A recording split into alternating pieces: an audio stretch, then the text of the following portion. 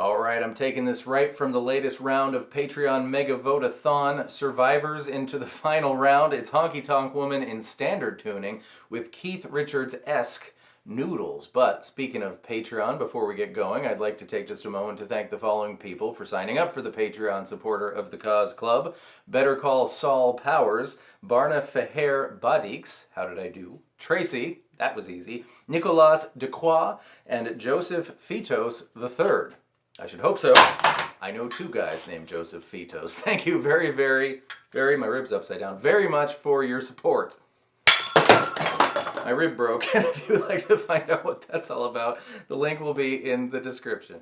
Allow me to introduce you to Elizabeth the Taylor's new friend, Steve the Martin. Okay, before we talk about the noodles, let's talk about the meat. The intro to this song is just G. If you boil it all the way down as far as you can, it's just G.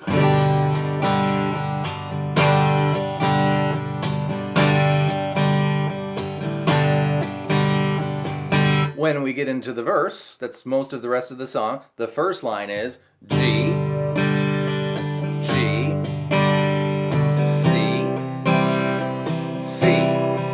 Second line, G, A, D, D.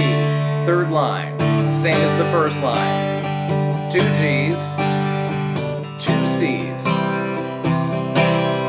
Last line, G,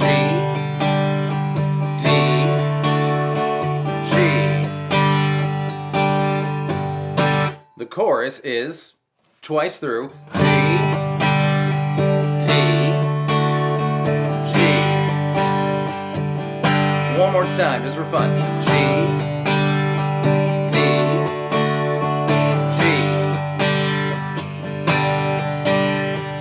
That is the meat of the song. If you boil it all the way down, those are the chords that, of course, no one's playing because Keith Richards is in open G, but those are the chords that someone would be playing if they were. Now let's add some tasty noodles. For this intro, I'm not going to play G like this. I'm going to play what I call Tom Petty G. So middle finger where your pointer finger once was, ring finger where your middle finger once was, and your poor lonely pinky down there on the E string 3rd fret. This frees up our pointer finger to do stuff like this. Anyways, hanging on G for a little bit. Then we're going to do this. See how I do.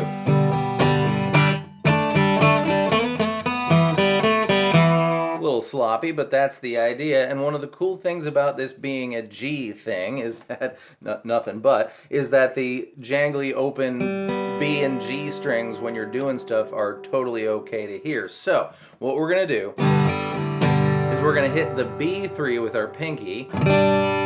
Now, to the G string 2nd fret with our pointer, it's going to go on, off, and then abandon ship, and we're just going to 2-4-2 slide on the G string down to open, D2, open, 2, open on the G string, and land on D2. And notice I'm not being too specific about just plucking the string I'm on. We want to fill it up a little bit since we abandoned ship. Nice and slow.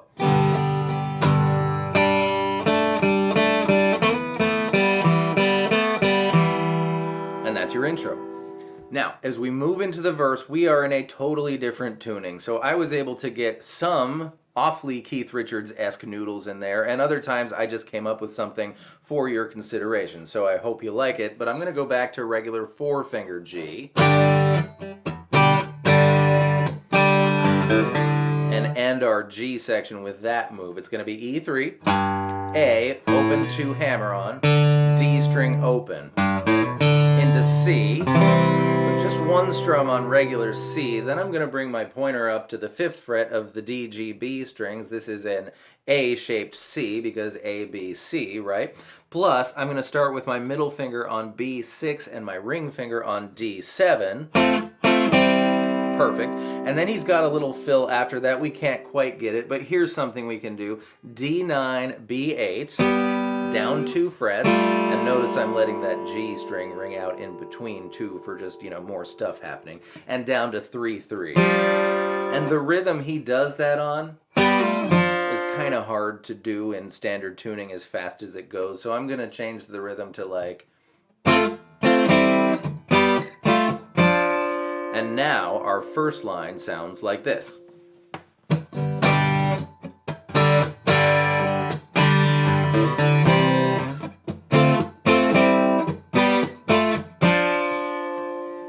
That brings us to line 2, the G-A-D-D line, and I'm going back to Tom Petty G so I can do this. The pointer finger and the middle finger are going on-off on B1, D2. Up to A, and we're going to do the same thing relatively speaking. The B string's going up 1 fret and the D string's going up 2 frets. To D, here's a little move. I'm going to grab G2, slide it up 2 frets, and then lay it down on E and B3. Back to D. And here's the fill. E, 3, 5, slide up to 7, grab D5. Open A gives us time to get back to the E string 3rd fret. Which makes line 2 sound like this. Forgot to do Tom Petty G.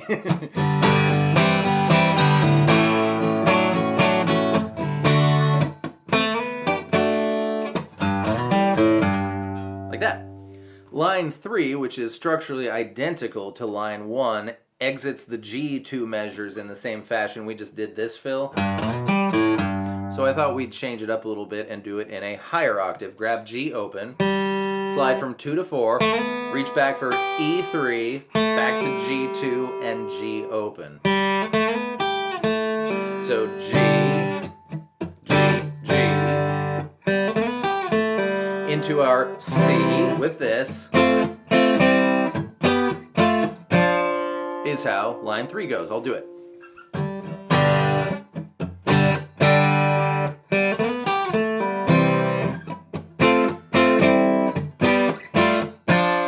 And that leaves us with just the last line of the verse. Line 4, G, D, G, G. Now, we're going to play G, and we're going to immediately go into a fill. The G string open, slide from 2 to 4, just like we just did. But this time we're reaching for B3, not E3. And then I wanted to add a blue note in here, so I'm grabbing G3, 3, 2, open.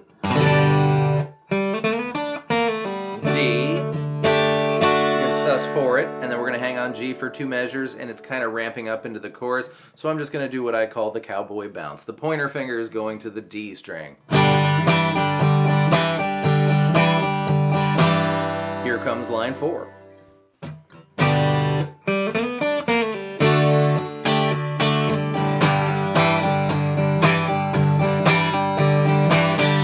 Into the chorus.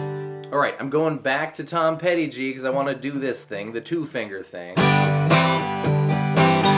Now to D, and I'm going to think ahead and use my pointer and middle fingers on the G string 2nd fret, B string 3rd fret. I'm leaving the E string alone because I want to do the same kind of bouncy thing on the D. It's going to be the G string moving from 2 to 4. Then you hit a G, and here's a fill. We're going to go from 2 to 4 on the G string. Use your ring finger. Back down to 2, open, D2, and then the G string, here's our blue note again, from 3 to 4, up to E3, down 2 frets, and then I just kind of want to hit that B string 3rd fret.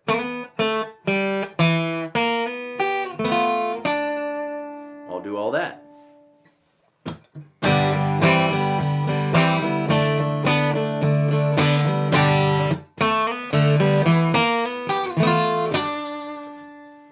And you can use the E minor pentatonic scale plus blue notes would be a great scale to use to come up with your own riff. The normal E minor pentatonic scale is 03, 02, 02, 02, 03, 03. We are going to add that B flat note in it that represents the minor 3rd from the, mostly G key we're in. So we're going to be 03, 012, 02, 02, 3, 03, 03. Put those notes together in any order you like and, make your own riffs in the little spots in this song. Well, that was fun. Kind of out of my comfort zone. I hope you thought that was fun and helpful. Thank you so much for being here, and I will see you next time with more stuff. Goodbye. Listen. As guitar players, we are always searching for that special tone that we hold in our mind's earballs. And I'm very excited to share with you the Guitar Pedals 101 course from Wampler Pedals. And it's probably not what you think. Rather than being about multitudinous arrays of pedals, it walks you through the various points in the signal chain from guitar to pickups to amp to cabinets that influence how pedals respond.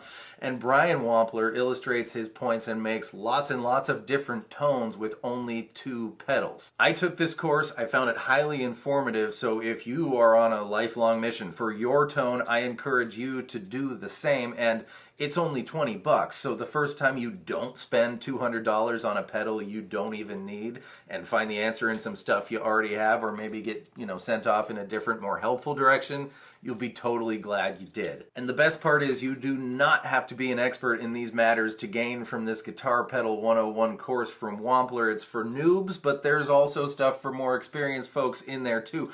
I owned 0 pedals 5 years ago, true story, and now Miss Poopadoop and I are obsessed. I wish I'd have found this course 4 3/4 years ago. It would have saved me a lot of brain power and energy. So check out the link in the description.